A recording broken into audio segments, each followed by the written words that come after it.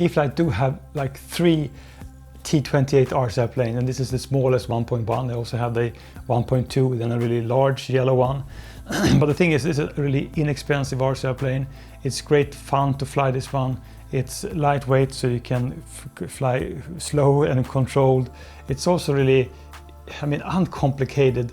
I think there's one screw to attach the main wing. You have to pop in the landing gears. The only problem then is it can be a little bit difficult just to screw in the screw that holds the nose wheel on this RC plane. And I also did a modification on the rear stabilizer then, so I have 4 screws to hold this one instead of tape, which will look prettier over time. And I also put it on rubber wheels on mine just to have a little bit softer landing, but I think that these landing gears, they look kind of funny when you land because they just wiggle around. So let's get this one up in the air and do a nice early morning flight.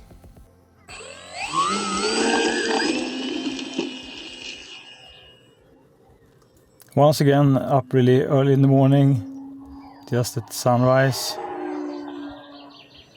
It's a great time to fly any RC airplane. Usually very little wind. You're all by yourself, no people outdoors.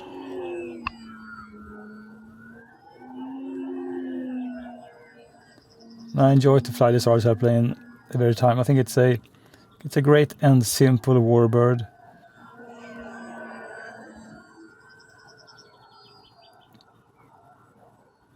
And when you have flown so many different RC airplanes, I think you start to develop like a certain taste and a preference for what kind of RC airplane you enjoy. And to me, it is, first of all, I think that I do want to have RC airplanes that have a wingspan of at least 1 meter. And I'm not really interested to get to like the 1.7 or 1.8 plus meter RC airplane, really large one. Because I think there's something really nice about an RC airplane like this, 1.1 meter, lightweight. You don't have to worry too much. It's very easy to transport, very easy to fly, and visibility is still good.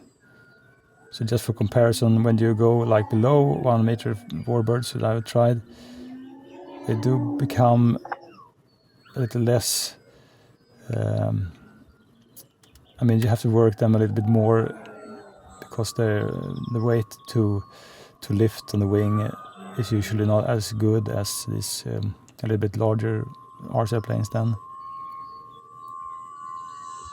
I think this one excels in slow flying, even though it doesn't feature flaps. You can go really slow with it.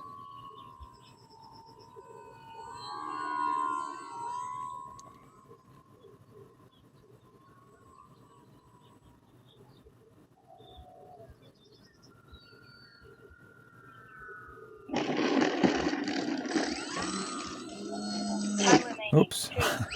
Well, sometimes you just get stuck with the nose wheel then.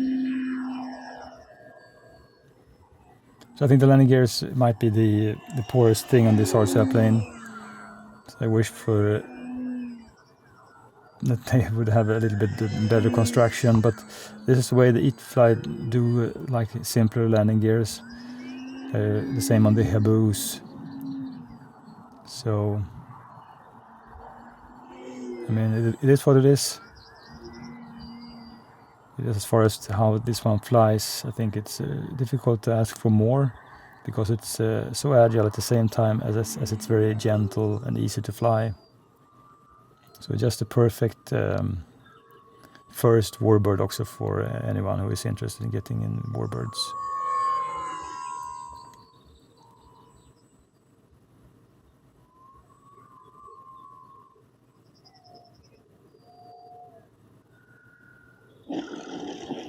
So usually it's very easy to get this one down without any worries. Very easy to get off the ground as well.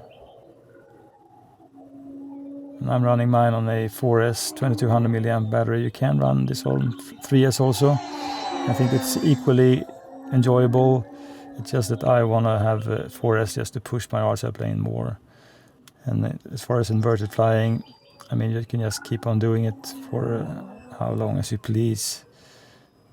So regardless how you handle this RC plane, it's a truly great one. I think it does get drowned in like the tight release schedule from E-flite in particular, but also other model manufacturers. So attention usually just goes to the latest and most interesting RC airplane, and still there are so many RC airplanes. So over time, I think, I mean, if you just want to have a good time flying your RC airplane, you don't need many. I would say like 5 or 6, and then you're good.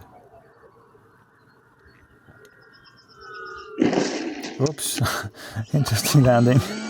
Well, it happens sometime. Get up and do just one nice landing at the end. Sometimes you just have to get down and plop it, so let's try to make this a little bit smoother then. Yeah. Oops. I mean, that's one way to land an RC airplane, when one of the main wheels just fly off. What happened was that on the plastic plate then underneath, I've previously broken one of the plastic holders for the landing gear, and I just had a piece of tape just to hold them in place, because I have purchased replacement parts, but I haven't had time just to replace them. So it was just totally my fault, it didn't really matter, but it looked kind of ugly in the end. And I also discovered that apart then from these pieces which can break, I also think that the nose wheel then, you have to attach this one by putting a screwdriver through the cowl section, and it's quite tight, it's kind of the wrong angle. So I think it's just a little bit too fiddly to take away and just to put in the nose wheel on this RC airplane. So I mean, just a few things of concern. But when it comes to how this one flies, I think you will have a really nice time, regardless of how you look on it, because you could certainly just increase throw on this RC airplane and have it super crazy. Now, I'm not really too fond of flying this one too super crazy, but at the same time, you can also fly really slow because it's a lightweight RC airplane, and the yellow color is just fantastic. I mean, it looks super great. I would probably just do a few modifications on this one, maybe put on black stripes underneath to even have it more visible when I fly it. But certainly if you just compare all the, like, or at least E-flite Trojan RC airplanes, I think this one, what appeals to me is that it's a inexpensive T28. It is uncomplicated, and although you could, of course, I mean, wish for retracts and flaps, I think you will have a really nice time with this one, because you're not too afraid to break parts, and it runs on 3S and 4S, and it's just a floaty, nice looking T28, uncomplicated, more or less just a fantastic one, a really fun one to fly.